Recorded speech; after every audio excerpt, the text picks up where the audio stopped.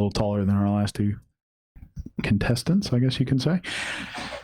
Good evening, sir. If we'll roll right into it, if you want to introduce yourself and let people know a little bit about you and why you're running. Fantastic. I'm Travis Tharp. I'm a candidate for District 6 Parish Council. I'm a 44-year resident of District 6. So we grew up here. I went to Walker High School. I married my high school sweetheart. She graduated from Walker High School. We raised our 3 kids here. All of them graduated from Walker High School. So, oh hell to the green and white. We're proud to be from here. We have one grandchild who has cerebral palsy. He's my grandbuddy and very special to our hearts. And I'm running for parish council because 2 reasons, basically. First, I think that the amount of turnover that's happening now, where we're losing the amount of councilmen we're losing. We have representatives, we have new senators, we have all this. It's a nexus of change right now. And I feel like if we're going to get the parish pointed in the correct direction, now is a very opportune time to do that with a fresh slate of everyone coming in and hopefully willing to collaborate together and work together.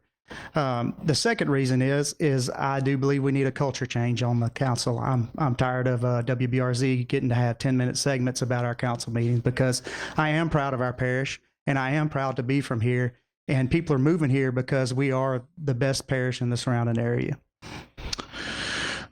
So jumping into it, you are running for District 6, which was recently semi-redistricted to mostly include points south. The first, and not exactly all of South Walker as it used to be, but one of the issues in your district is it's part of that giant unfunded drainage area. Let's start there. Correct. Well, go ahead. So talking with Jeff Taylor, which, by the way, our parish is fortunate to have Jeff Taylor here. One of the great things that he did for us immediately after the flood is having he and his team reassessing all of our properties. That we lost everything that we owned in one day, like so many of our constituents did. My work was completely underwater. He and his team jumped right on that, and they reassessed the properties and really saved us some money through those years, which was very, very helpful in rebuilding. I fortunately had flood insurance, but we had to fight Chase Bank to get that out of escrow. It took us almost 5 years to receive that money. So every little bit really helped us to do that. So I brought Jeff Taylor up because he told me whenever he was running for his second term, so he put out a questionnaire to everyone, and he received back the question. One of the questions was, what is the most important thing that you need the assessor to do for you? And the number one thing that came back was drainage. So that tells you, it's sad in one capacity, but it also tells you that how important this is to everybody. Like we know we have an issue. I tell everybody constantly, my push card looks like everybody else's push card because the issues are not a secret. We're a poor parish. We're going to talk about that a lot tonight, I'm sure, when we come through. But one of the big problems not facing so much the council, although it is our collective duty, but the next parish president, it has very difficult things to handle, because we have significantly less than $2 million worth of discretionary money to spend. And all of these things that we're talking about that have been talked about, but animal control, all the other, these are things that have to come out of discretionary funds, because everything else is dedicated and allocated and can only be spent for that. So drainage is a huge issue. We are in an unfunded drainage district where I'm at. In fact, parts of it, and we have them all over the parish. There's parts up in Watson, that little slivers that are unfunded, and I believe we're unfunded because the council and parish government has lost the faith in the people. Is why that tax was voted down on the eastern side of the parish. Now we're suffering for that. So both people that are running for parish president and our master plan that we keep referring to that has also not been funded. So we have a master plan, but there's no money that gets put in the master plan. Part of that because there's no money to put into the master plan because there's no discretionary funds. Both of them want to do a parish-wide drainage study. We need that. That's going to be upwards of $3 million. I just told you we have $2 million worth of total of discretionary funds to spend. So that's going to be a very hard thing, even though it's being promised, but it is needed. We need to understand how that water works. We're a poor parish again. We're rural mostly. We can't compete with the amount of water that Ascension can pump into Lake Marpole. So pumps, we can't afford pumps. Even if we got a grant for the pumps, we're not going to be able to maintain the pumps. We can't afford to do that at this time. So south of there, they're building levees. We can't build levees here because we need that drainage to flow that way. So my understanding of talking to several engineers that we have working on it, talking with people with floodplain management, for the state.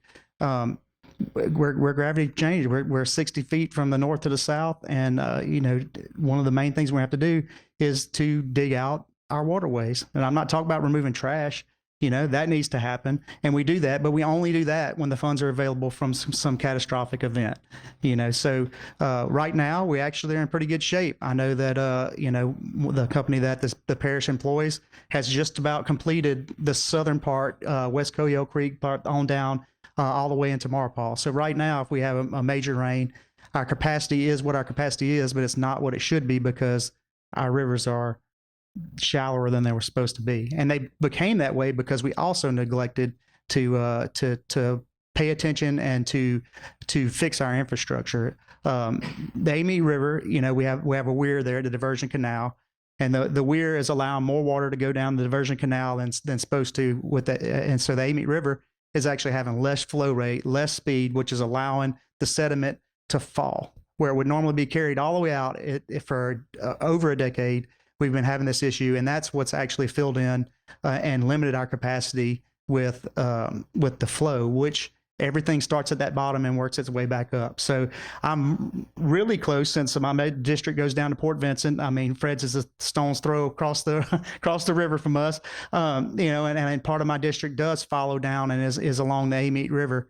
And those people know what's going on. I mean, they can tell you, what the water, how it was, 20 years ago, and that it acts differently now. And I can tell you, even for where I live on Hood Road, my road floods, used to flood once or twice, 3 times a year. And now with these 2-inch plus an hour rate rains, we're flooding probably 7 or 8 times a year. And what used to not be an inconvenience, it's an inconvenience now, and a lot of those things the way we flood is different now. And it's because of that flow rate and that we haven't dug it out. Like we used to get at my place, we used to get backwater flooding. So we'd get that major rain. And then a day or two later, the next day, not a day or two later, but the next day, that's when the water would rise enough that it would actually cover the road and block egress through there. So we should have a funded drainage district. We should have a parish-wide drainage district comprehensive plan, which, all of the candidates that are at that level that can actually implement that, I do believe they're running on a platform to form that. But I am concerned because I look at the budget and I know that the money is not actually there. And we're going to have to creatively come up with some resources to do that. Now, there's a lot of federal funding that is out there. There's been a lot of talk about grants at the parish level. Again, the council will approve the budget, but we don't get to make the budget. I would like to see matching funds set aside. And once we, not just for drainage, but also for roads, right now, the way that it's not the way the law is actually written, but it's the way it's happening right now. Each one of the district councilmen are allotted a certain amount of money that they can propose that roads within their district can be done. I'm curious, and I haven't had access to the parish attorney yet to find out, but I wonder if you can delay spending that money or even be able to use that in a way to maybe take to Capital Area Region Planning Commission and we have these matching funds. You've given me 2 years worth of this $1.4 million. I have $2.8 million. If we can write up and draw up these plans, can we now go back and maybe do $7 million worth of improvements within a district? I'm not certain of the legality of that, but that's something that I want to pursue. That did happen in 2017. They held on to the funds, applied for a grant, so and then 2 years in a row, they got roughly $18 million. But we stopped doing that. Right? Was that at the parish level, or was that? That was done by the parish grants department. Not an individual council district. Okay. So a couple of questions about what you brought up about drainage. The first one would be when you talk about a 60 feet difference, that's elevation. Correct? Elevation, correct. Okay. And that is from the north part of the parish to the south? Not just the north, the highest part of our parish to the south.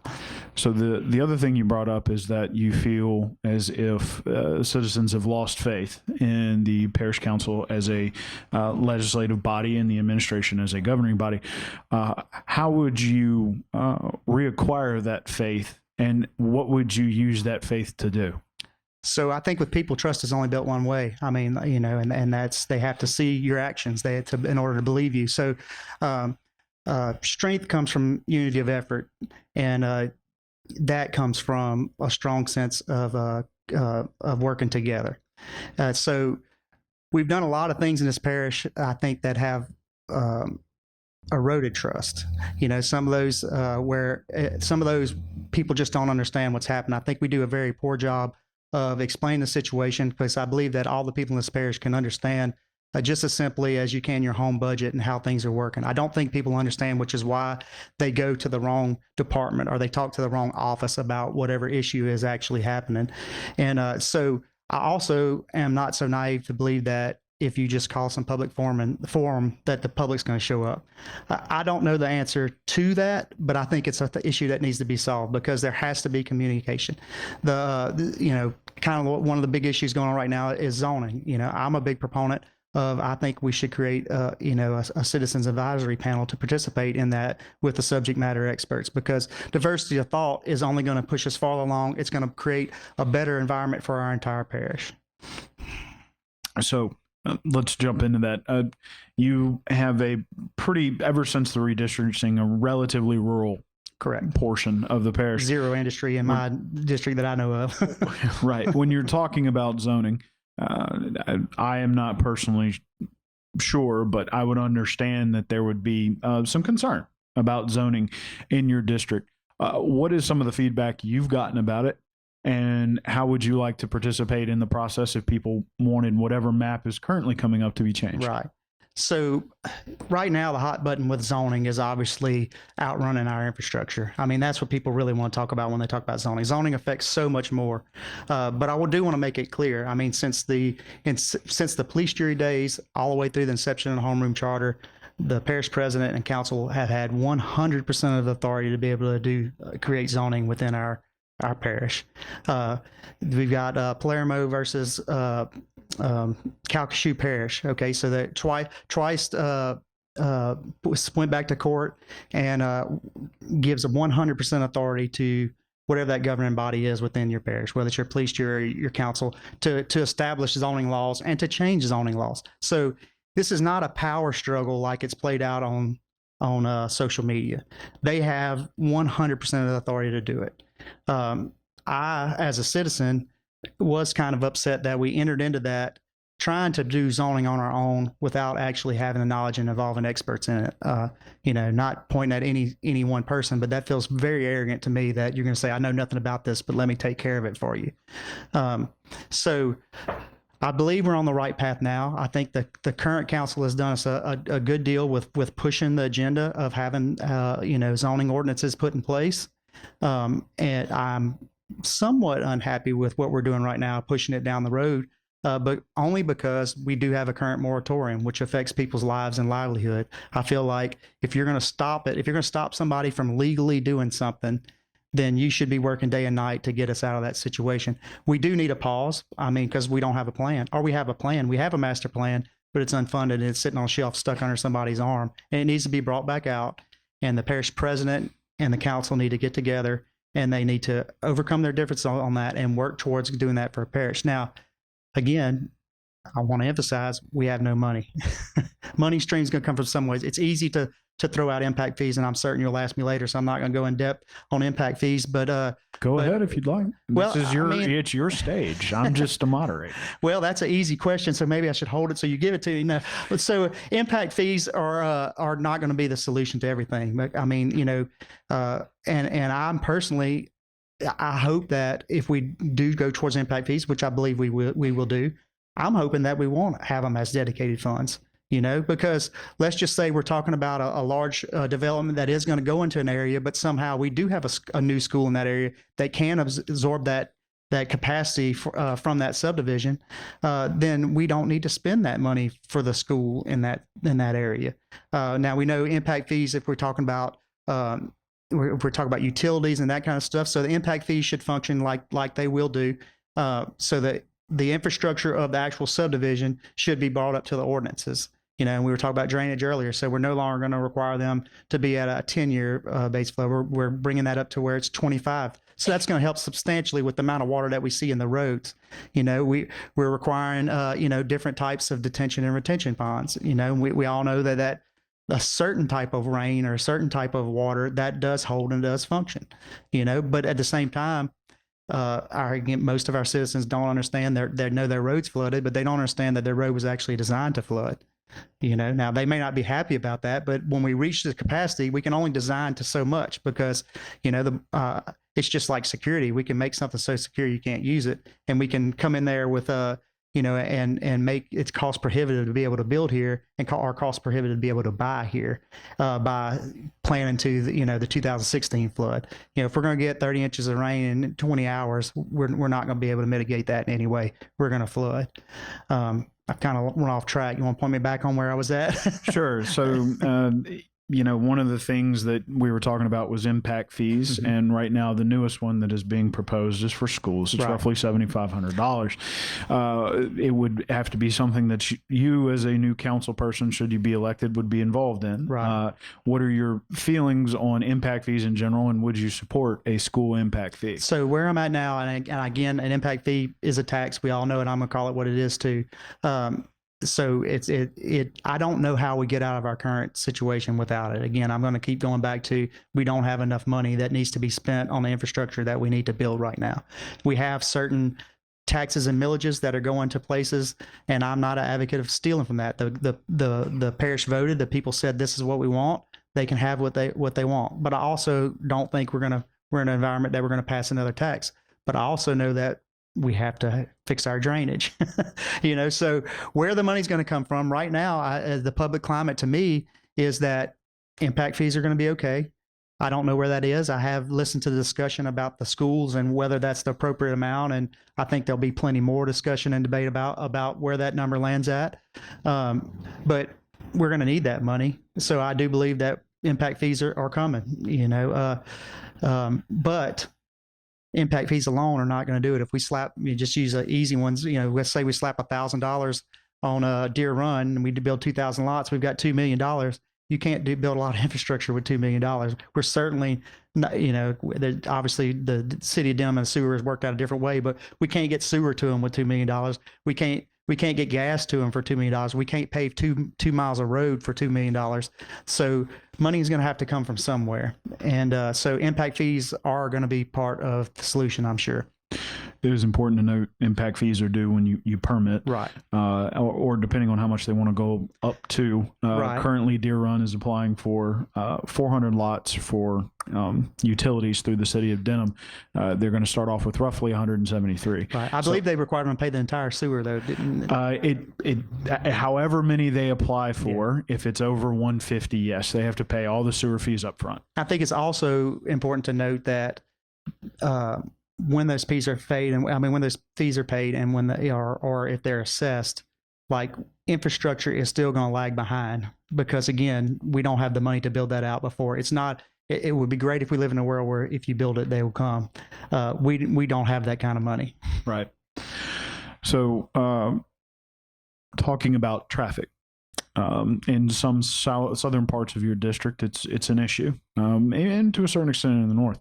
When you're talking about the new development and traffic, what are your feelings on how traffic has evolved in your district, and how would you like to change it, combat it, especially when it comes to, as we mentioned with Ms. Castle and Mr. Ross, traffic impact studies? So I actually think the traffic impact studies are done well. It's not a lot of secret to how they do that. They run it out, they put it down. You assess so many homes are going to create this much traffic. I think that's a science that's worked out.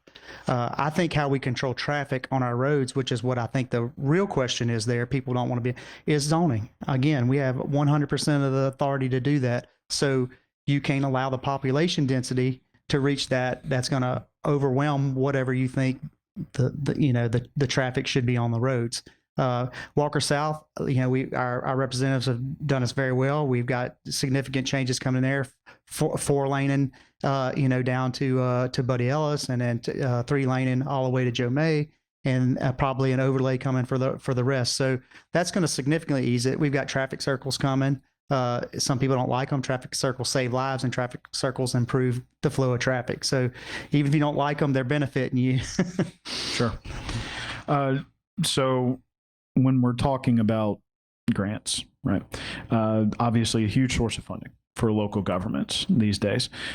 We've talked about some of the players that are involved in it. How would you, as a legislator and potentially one of 6 new, and should you be elected, and one of 9, I finally got that right, how would you improve that process, and how would you work to legislate or work with the administration to apply for more? Yeah, I think that it comes down to that, because I do believe that actually happening is outside the purview of the council. But I would advocate for that, and I do believe both of the gentlemen running for parish president want this to happen. So I think we should double down on our grant writing. I mean, if, grant writers pay for themselves. Why are we have one overworked grant writer that's also working for LOCEP, and they're doing substantial damage assessments and all these other things that are really outside of their office, but they're to catch all for the parish business. You know, we talked about, someone else got the question earlier about, you know, losing our rating. Well, that's why we lost our rating, because we didn't do what we were supposed to do with our permits. You know, the city of Denham Springs knew what to do, and I promise you, you know, Mr. Gerard was 5 months into his marriage. He didn't know how. They figured it out. City of Walker figured it out. You know, so that's kind of a black eye on the parish, and I can tell you that kind of situation with me as a councilman, I would be screaming from the rooftops. You know, now LOCEP is overworked. You know, so those people do good work. We lost a good director in Brandy Janes. I wish we could have held on to her. She was good for the parish. But as of right now, I mean, they're holding their own, but they need help. And grant writing should be paramount. I also believe that as a council member, something I can do is participate in CRPC. You know, and I think if your district has a municipality that is, you know, close to that number, and then you can go and if they're not sending anybody, you should be going in their place. And I'll do that. Sure. So let's kind of continue. You brought it up earlier. Of course, Ms. Castle talked about it, and Mr. Ross talked about it as well. Parish-wide animal control is a concern, and it's definitely a current conversation. Where do you fall on that spectrum? How do you feel about it? How would you improve? So I'm not super educated on the particulars of getting. I know that money is our problem. I can speak from the emergency management side of it, and I know that stray dogs and cats, especially during disaster, are a huge issue for you know, our professional responders. You know, not only do we have to worry about disease in that type of situation, as a community emergency response team leader. And I'm also the Citizen Corps president of the Louisiana Citizen Corps Council, and I'm also on Volunteer Louisiana Commission appointed by the Lieutenant Governor and Governor of Louisiana. We handle spontaneous volunteers, and Hurricane Laura and what it did out in Lake Charles, there was disease that was passed around because of the amount of time that they were without power. And all these animals are running free, and there's organizations that just come in and they drop food off here and they drop food off there, trying to feed the animals and trying to keep them keep them alive. But at the same time, there's no place for them to go, and it causes a lot of problems. So I believe we need it. It's another, if we had discretionary funds, I think it would already be done. So I'm glad you asked that. We have about 2 minutes left. I can ask you another question, or you can ask a question. Okay. So you've talked several times about discretionary funds, something that has occurred, and quite a few governments have gone through this, but somebody came up with the great idea of rolling forward millages. Okay. Quick explainer, just in case anybody in here or anybody who's listening doesn't understand that. Basically, whenever you pass a millage, there's an estimation of money. Somebody came up with an idea that you can roll your millage forward, which means bringing it down. It's a little counterintuitive, but just to make sure that that pot of money stayed the same. Currently, the parish's 5 mill tax that goes in their general fund is at 2.32, and that is 1.16 for residents inside of municipalities. It would require a vote of the council to roll that back. There it is, backwards, forwards, to 5. What do you feel? How do you feel about that? And is that something you would want to pursue? So I'm definitely open to any of it, because I do see that as, again, the council, we're legislative, and we will approve the budget, but we don't get to make the budget. So a lot of that is going to definitely rely on whether or not the parish president is willing to do that type of thing. I am open to any way of creating some of that buffer to where things can be spent on what we need, because our taxes are too high. You know, somehow we've got ourselves in a position where I believe that our sales tax and our millages are as high as that the citizens are willing to support. I mean, and they have plenty of data to support that. I mean, what are we? Is there like 3 maybe in the entire state that is higher than we are, or somewhere in that neighborhood?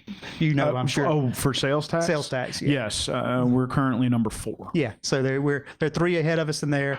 Obviously, you know, we get homestead exemption. We're a rural parish. You know, I think our median housing is somewhere around 200,000 now. Not exactly sure. Exactly average home price crossed 200,000 in 2018, yeah, and we're currently at 207. Right. So again, speaking to, if you look at surrounding parishes like Ascension, they do have probably larger a poor population than we do, but they also offset that with, you know, mega rich people that we don't have a lot here. You know, we are mostly a blue collar.